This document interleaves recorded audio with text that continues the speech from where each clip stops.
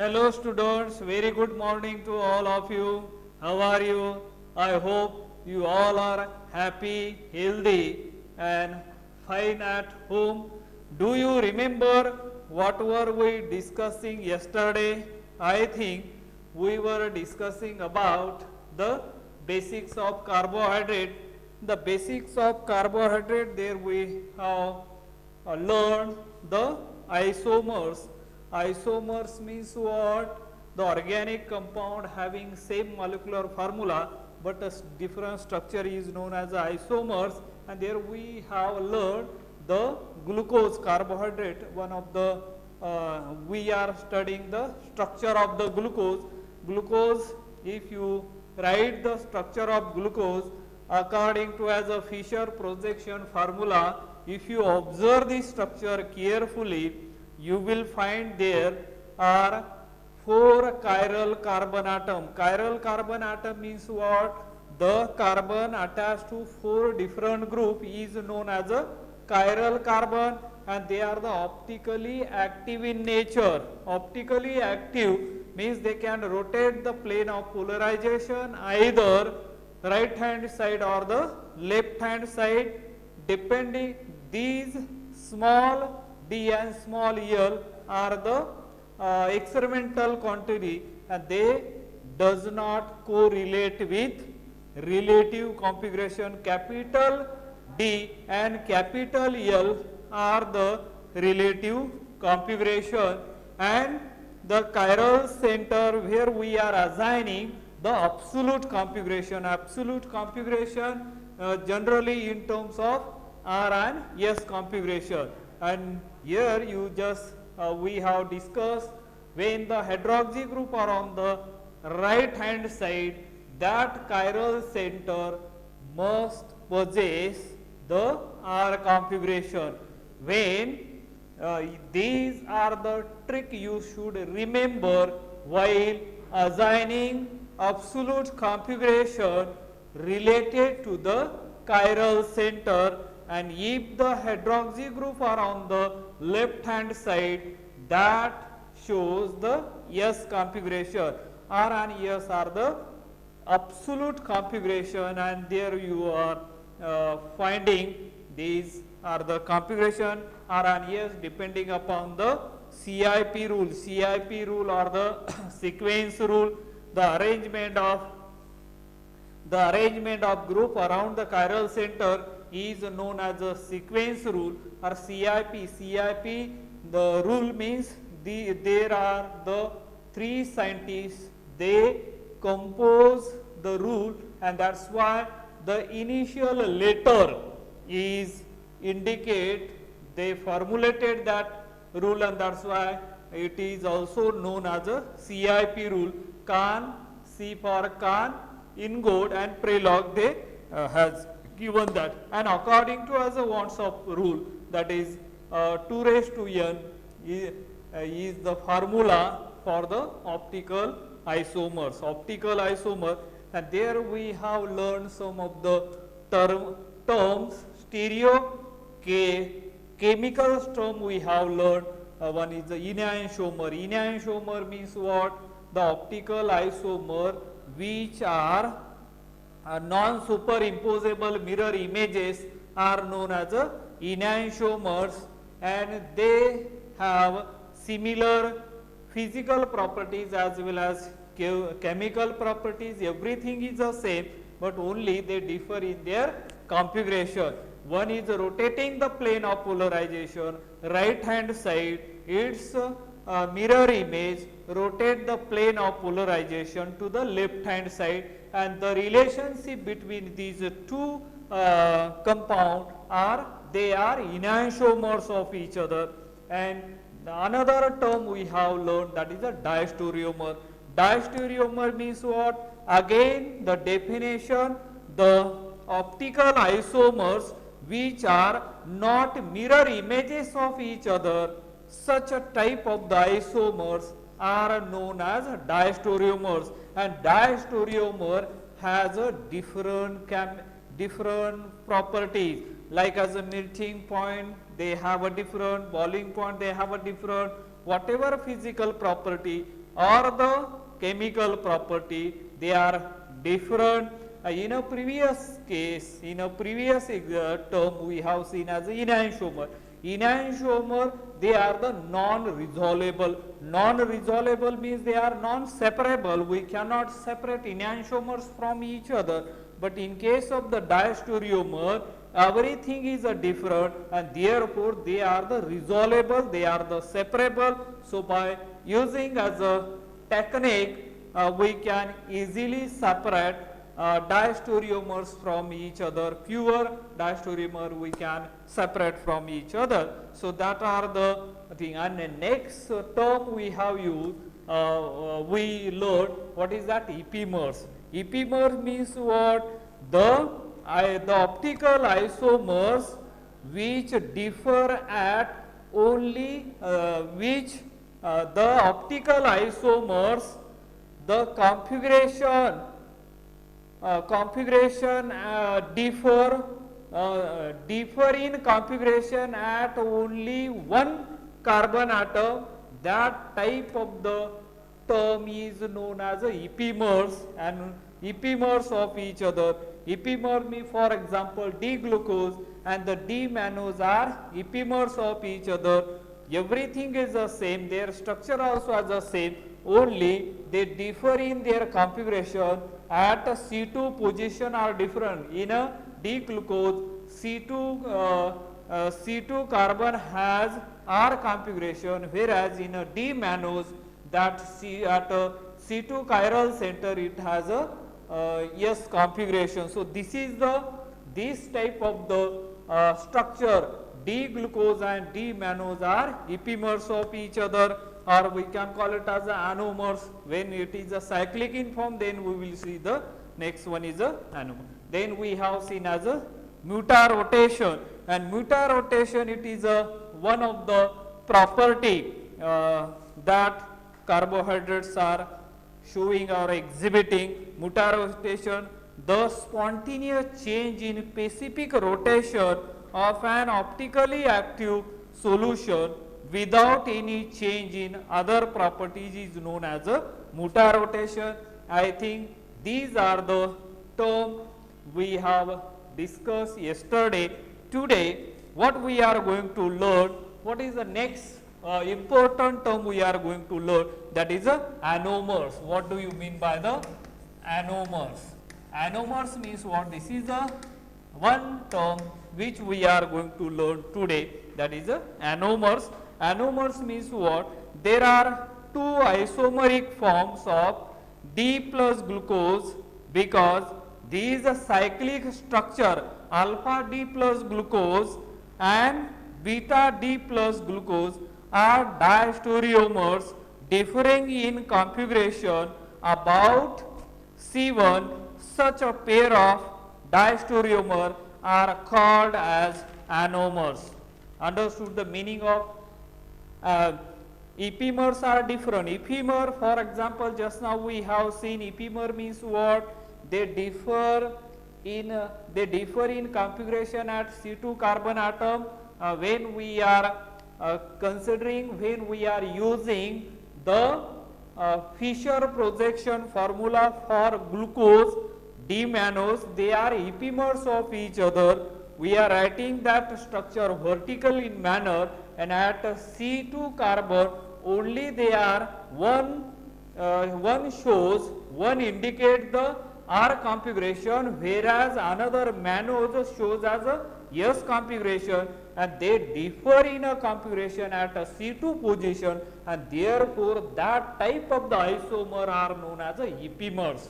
So remember that one. Another example we have considered glucose and the galactose. And glucose and the galactose, same molecular formula but a different structure, and even though that structure carbon skeleton also has the same, but only if you measure its if you assign or if you analyze that absolute configuration related to that chiral center, you will observe there, you will find there that C4 carbon atom. At C4 carbon atom, glucose has a R configuration, whereas galactose has a S configuration, and therefore glucose and the galactose are epimers of each other. So again remember, epimers and the anomers are a different thing. Anomer means, anomer it is related to as a cyclic form that they exhibit, there is a mutarotations, and mutarotation it is a one of the physical property of the cyclic structure. There is a spontaneous change in the specific rotation. That type of the thing is known as a mutarotation, and mutarotation is one of the physical property similar to as a melting point, boiling point, refractive index.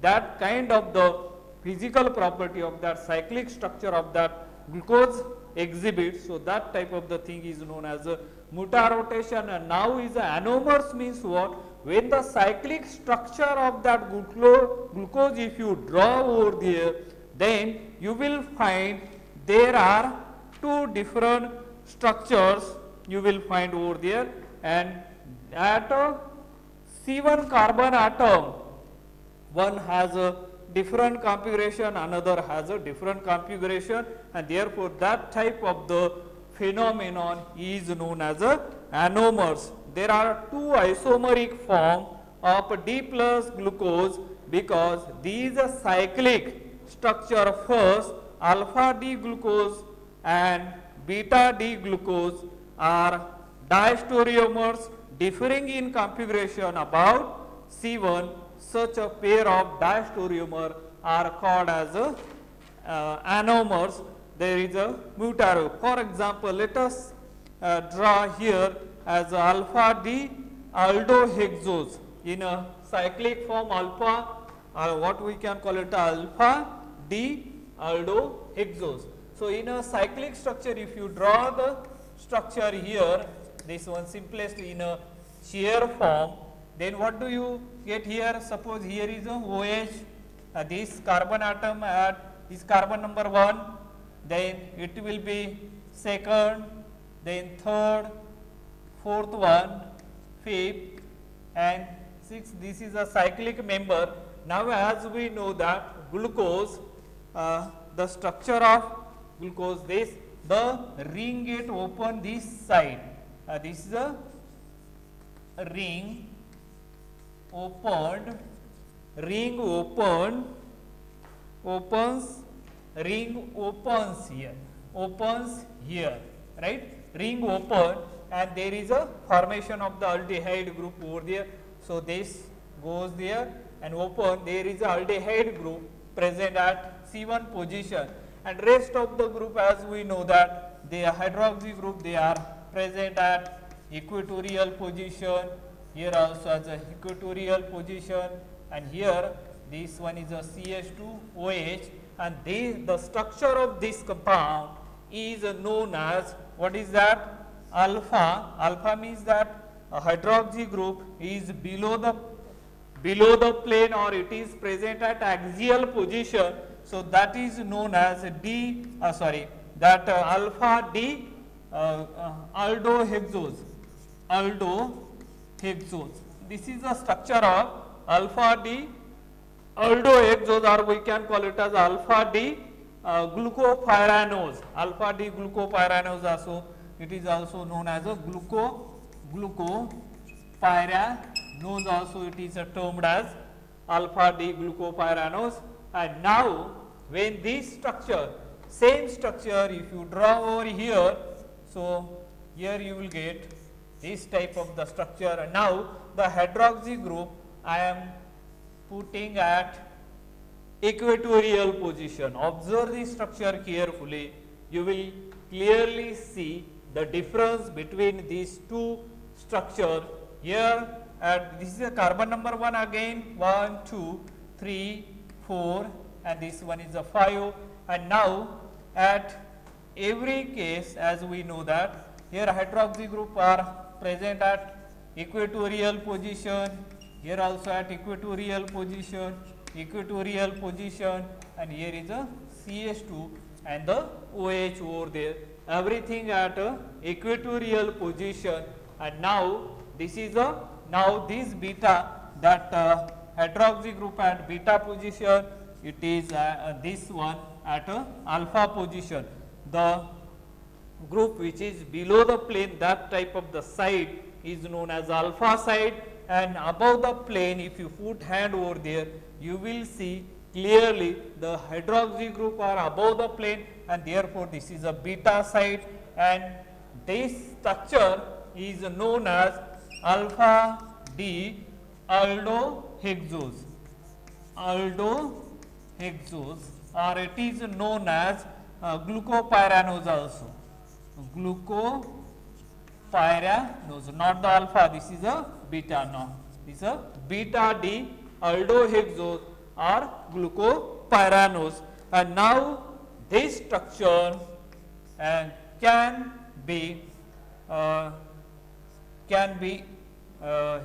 interconverted at an equilibrium in a open chain. An open chain structure of this compound we can write over here. So like this, suppose it is get open, so we can write here C double bond O, aldehyde group is a open chain over here. So we can show these structures here, CH2OH, here you can write as a OH, then here aldehyde group, here you can write HO, here HO, 1, 2, 3, 4, 5, and where is the 6? One more is remaining over here, 6. So let us draw properly that one. So let me draw over here, suppose as a aldehyde, here aldehyde group you can write, then this one, this structure, this you can write here maybe as a this one, there you can write CH2OH, here OH, then here maybe as a OH you can write, here HO, and here HO, that is carbon number 1, 2, 3, 4, 5 and 6. This is a open chain carbon, so they can be get rotated and this can be attacked over there, you will get that type of the two possibilities are there, that when that the carbon, the hydroxy group which is present at 5 position may attack on that carbonyl carbon and form as a one new chiral center. If you observe this structure, how many chiral center are present in a cyclic form? Look at here, one of the chiral center, another chiral center, 3, 4, and here is a 5 chiral centers are there. So in a cyclic form means that glucose open chain there are the 4 chiral center, whereas when it is existing in a cyclic form it shows as a 5 chiral center, and according to as a Waldorf rule 2 raised to n is equal to 2 raised to 5 is equal to 32 isomers, optical isomers you will get over there, and out of that 32, 16 are the one series and 16 are the another series. So that type of the isomer you may get in this case cyclic form of that glucose. So anomer. So look at this carbon number 1 is called as anomeric carbon atom. Anomeric carbon atom, this one, because it is only differing. The one has different configuration and this one has a different configuration. Other chiral center has the same absolute configuration, only they differ. That's why they are the diastereomers of each other. This one has a one hydroxy group at below the plane, means at a beta side, but here at a carbon number 1. So this is at a, because ring here the ring is going to open here, ring opens here, and that's why, and form as a this is a hemiacetal type of the groups are there, and therefore so the type of the compound is known as a epimers of anomers of each. Remember, the term epimer and the anomer are different things. Epimers, open chain, according to as a Fisher projection formula, if you consider, then they are differ in a configuration at C2. For example, D-glucose and D-mannose are epimers of each other. When you are considering as the cyclic structure of the glucose, then and then the term is used as anomers, and they also differ in a configuration at C1 only, because there is a hemiacetal type of the group. When the ring get open, it get converted into as a open chain and form as a aldehyde group, and there is a hemiacetal due to the mutarotation, spontaneous specific rotation occurs here, and that is why it is known as a anomers. Understood this term? Anomer means what? Now let us see some of the observation made or observation are drawn by the scientists over here. Let us see first observation. If the natural D-glucose melting point, and as we know that melting point 146 degrees centigrade, melting point it is one of the physical property of the organic compound. So it has a melting point 146 degree centigrade melting point is dissolved in acetic acid. This is a dissolve, this glucose is dissolved in acetic acid and allowed to crystallize. The sample obtained has specific rotation.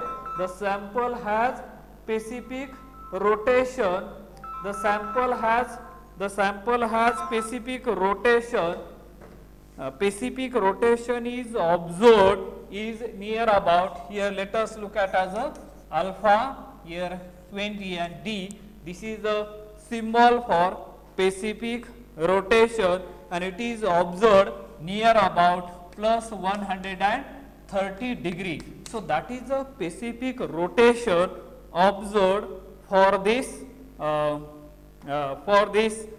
D-glucose, which is naturally occurring, and this optical rotation slowly changes and reaches a constant value. The constant value is specific rotation of that at an equilibrium 20, and here D is found to be 52.5 degree. This is the constant specific rotation observed or found in the carbohydrates. This is the first observation. This is the first observation for this mutarotation. Now is the second observation.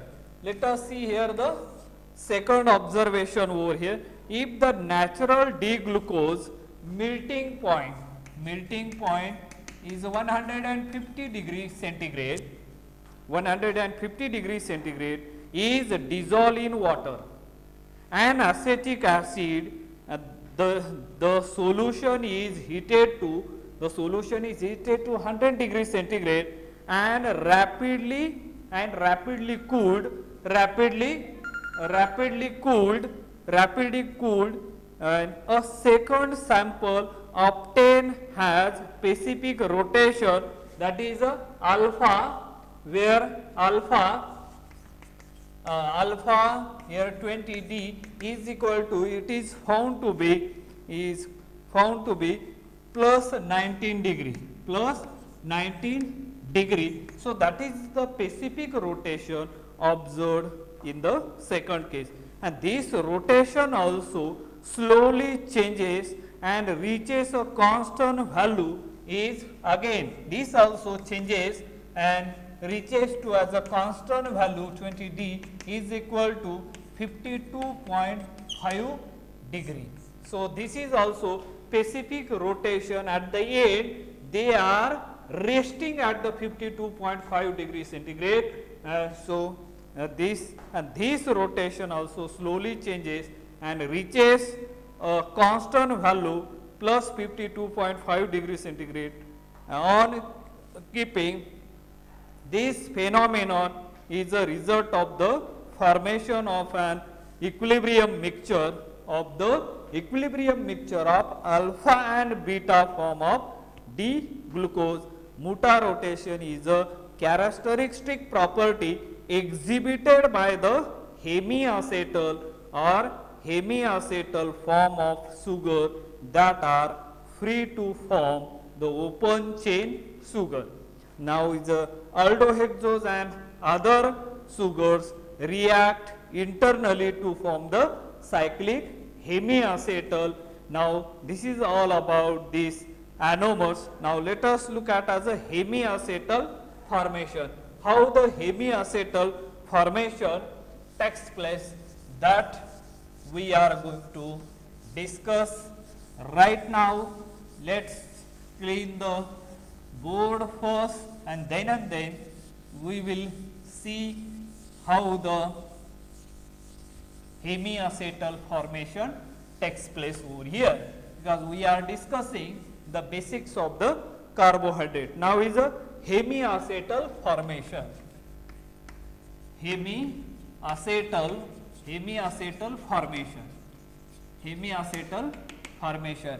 What do you mean by the hemiacetal? Generally, while when the aldehyde is reacted with the alcohol, there is a formation. When 1 mole get reacted with the aldehyde, the resulting compound form or the product form is known as a hemiacetal. So, that type of the hemiacetal, we already know these terms, and I think at a TYBSc level. So, now hemiacetal formation in case of the carbohydrate that we are learning right now.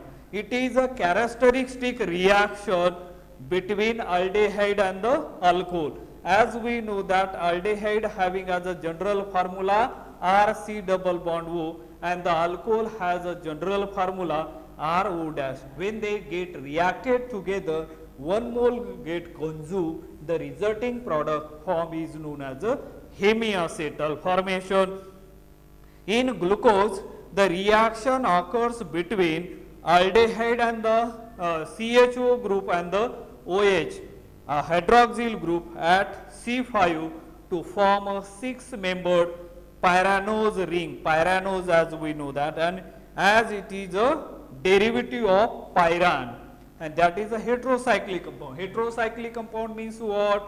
Homocyclic and the heterocyclic. Remember, homocyclic means while formation of the ring, all the atom involved in a ring are the carbon, and therefore it is known as homocyclic. Heterocyclic means what? In addition to that carbon atom, some of the hetero atom, generally oxygen, nitrogen or sulfur, that type of the heteroatoms, if involved during the involved in the ring formation, and such a type of the compound are known as a heterocyclic compound.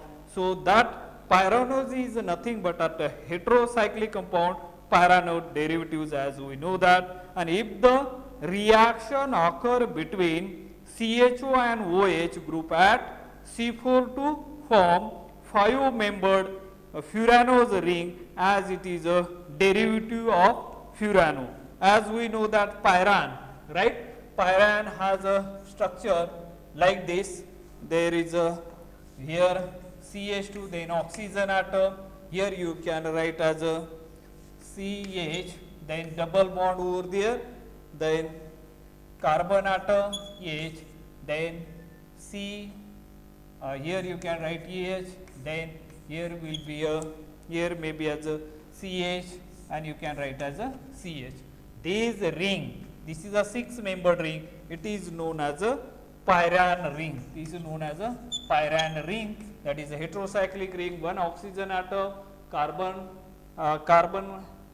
compounds are there. This is a CH2, this is a pyran ring, and that is a furan ring, as we know that. This one furan, as we know that, double bond over here.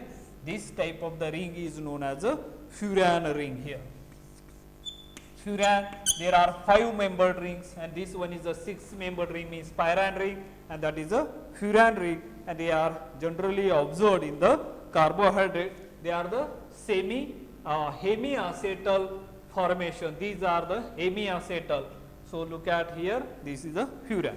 And the ring structure of glucose explain all its reaction.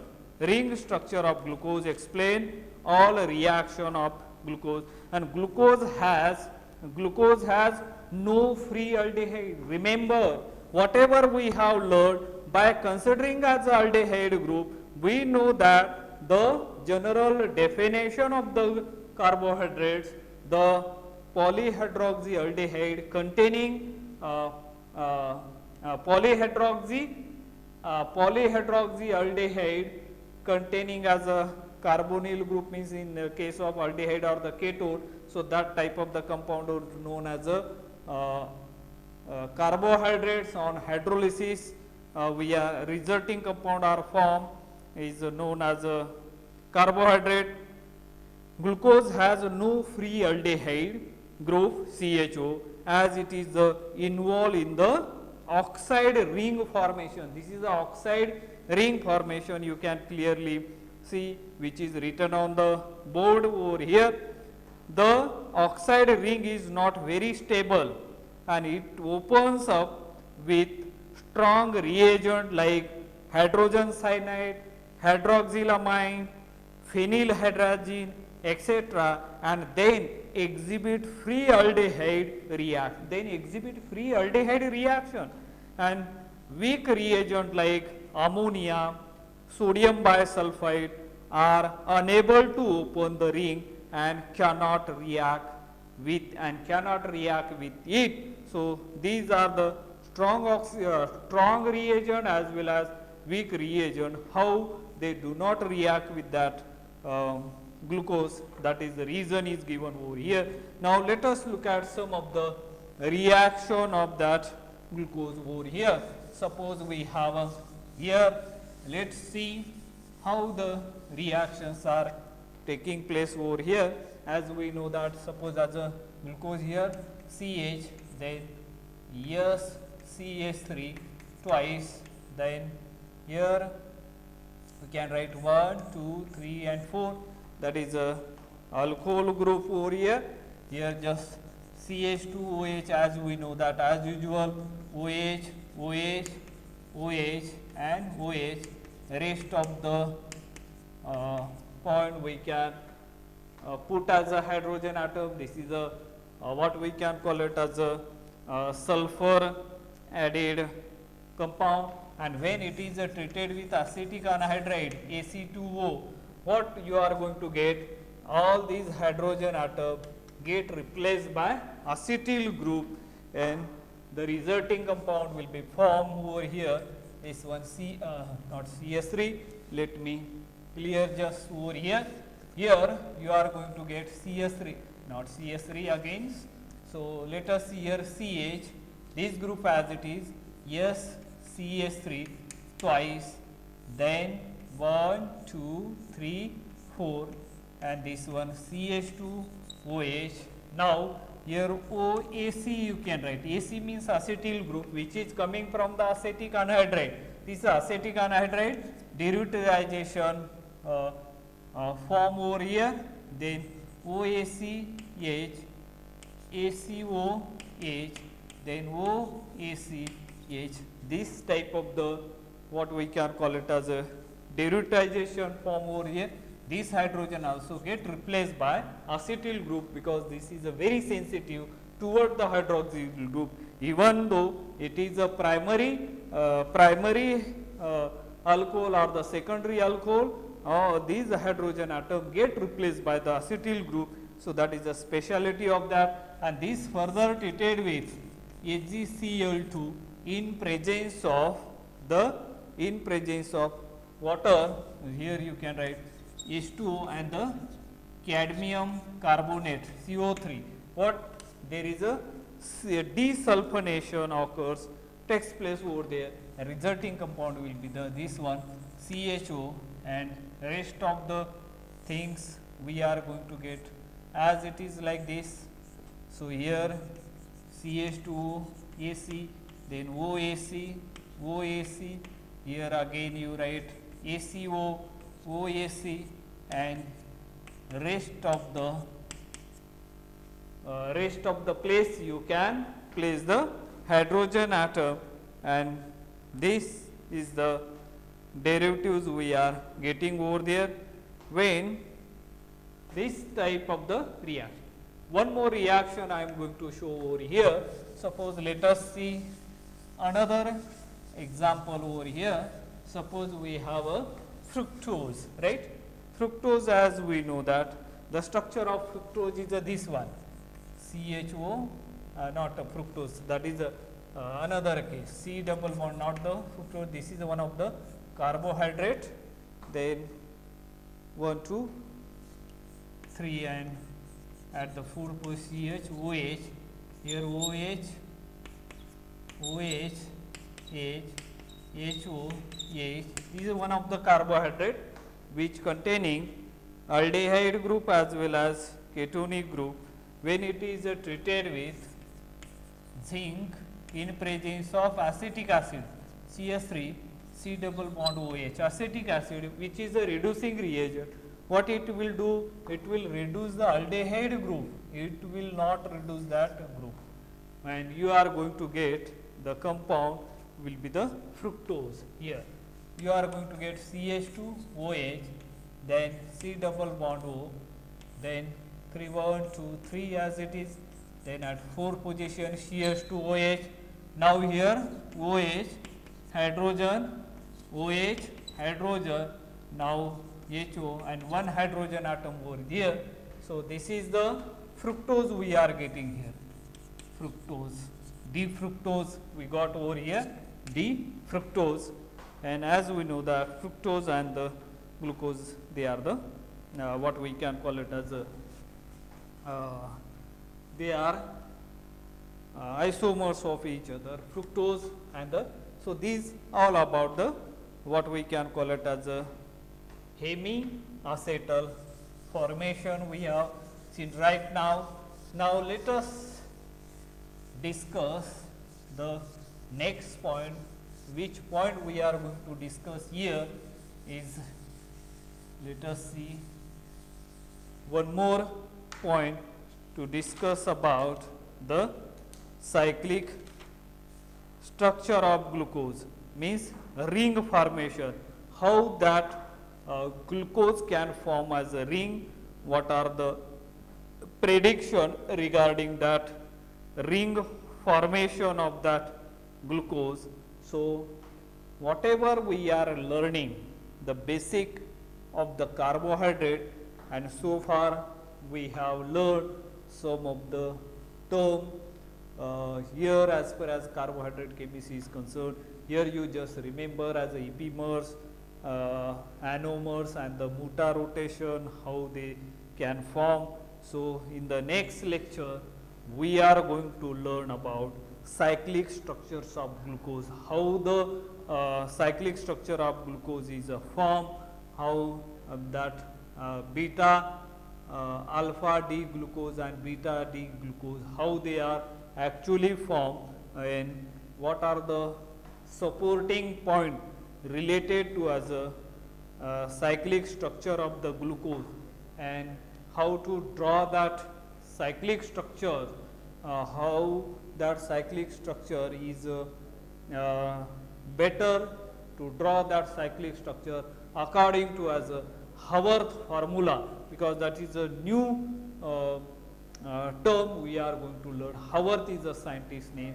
He discovered how to draw the cyclic structure of glucose, that he explained very beautifully, that we are going to learn in the next lecture. I think with this, let us stop today here. Remaining we will see in the next lecture. Thank you. Have a nice day.